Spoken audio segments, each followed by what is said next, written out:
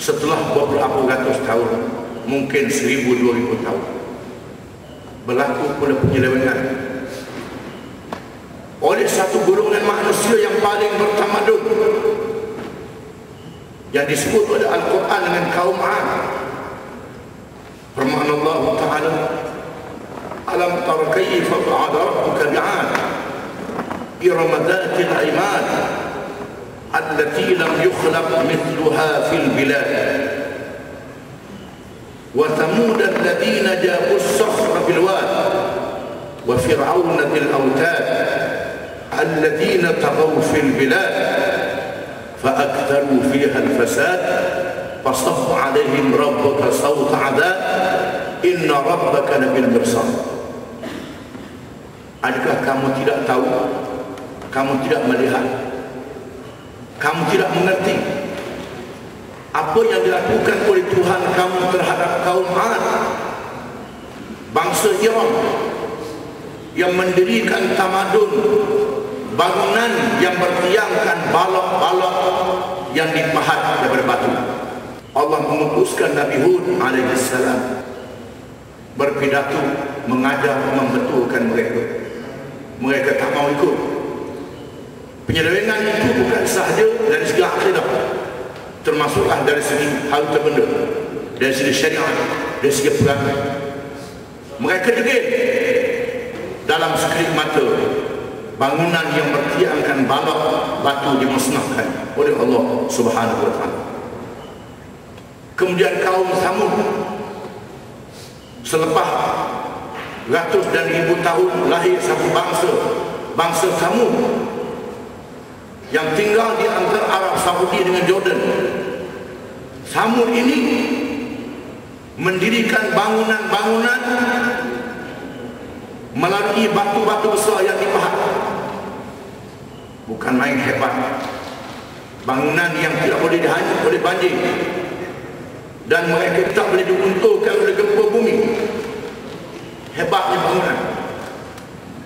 Tiba-tiba kaum Thamud ini lupakan ajaran Allah, melakukan kejahatan, melakukan maksiat, melakukan menyalahgunakan harta.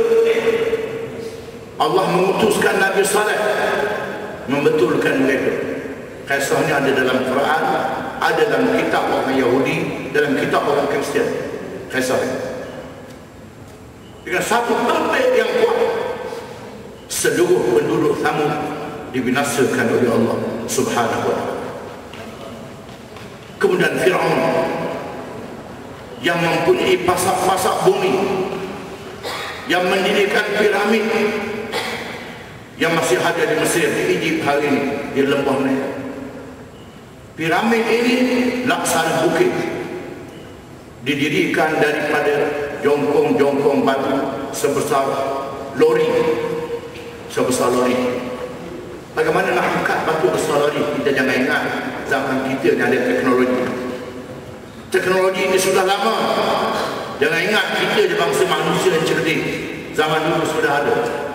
Cumanya kita lupakan sejarah ditenggelamkan. Bangsa ini telah mendirikan piramid. Satu piramid kubur bagi seorang raja. Gambarkan berapa ribu rakyat mati dizalimi kerana nak buat kubur seorang raja. Allah menggambarkan kezaliman Fir'aun di dalam Al-Quran Karim. Wa nada Fir'aun fi qaumihi qala alaysa li mulku Misr wa hadhihi al-anharu tajri min tahti afala tubsirun am ana khairun min hadha alladhi huwa mahin wa la yakadu yubin falawla ulqiya alayhi aswiratun min dhahabin aw jaa ma'ahu malaikatu muqtarinin fastakhaffa qaumahu fa'ata. Yang bermaksud, dan Fir'aun berpidato di hadapan kaum. Fir'aun ialah raja yang memerintah lembah Nil di Mesir, berpidato di hadapan kaumnya. Wahai rakyat negeri Mesir, tidakkah aku yang memerintah? Aku yang menjadi kerajaan negeri Mesir ini. Sungai-sungai yang mengalir, yang menyalurkan terusan, yang menyalurkan saliran menyuburkan kebun-kebun di Mesir ini adalah proyek aku. Proyek aku. Aku yang bagi. Kamu tak lihat siapa yang bagi. Tak ada orang boleh buat malaikat aku. Ini satu lagi proyek Barisan Nasional. Tak ada orang boleh buat proyek Barisan Nasional saja. Tak ada orang boleh mengentah Barisan Nasional saja. Semua orang lain bodoh, Barisan Nasional saja boleh mengentah. Dimasukkan kepada rakyat melalui media. Siapa yang lebih baik, kata Firaun? Adakah aku atau Nabi Musa? Nabi Musa boleh bagi apa? Tidak ada kepadanya gelang-gelang dan pingat-pingat kebesaran, dan tidak ada malaikat yang mengelilingi. Fastakhaffa qaumahu fa'ata'u. Lalu rakyatnya menjadi gerun, menjadi takut, menjadi bengong, menjadi bodoh. Rakyat jadi takut, jadi bengong, jadi bodoh. Masuk dalam pada rakyat. Kalau dia tak merentah, susah.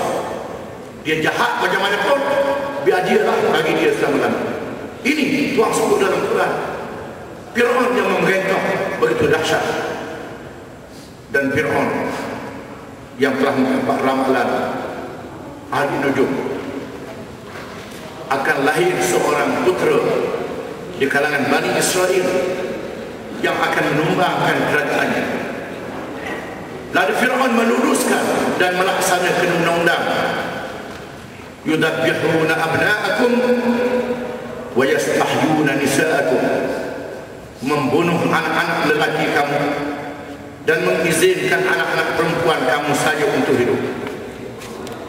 Mengerahkan bala tenteranya, mengerahkan polisnya, mengerahkan penintipnya masuk kampung, cari perempuan yang mengandung, daftarkan perempuan mengandung. Setelah dia lahir, tengok lelaki dengan perempuan. Kalau dia lelaki, sembelih. Perempuan saja dibenarkan untuk menghalang kelahiran Nabi Musa AS. Tiba-tiba Firaun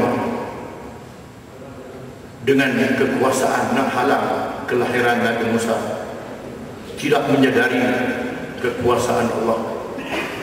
Nabi Musa yang hendak dihapuskan itu dibesarkan di bawah mahligainya sendiri. Ini kekuasaan Allah.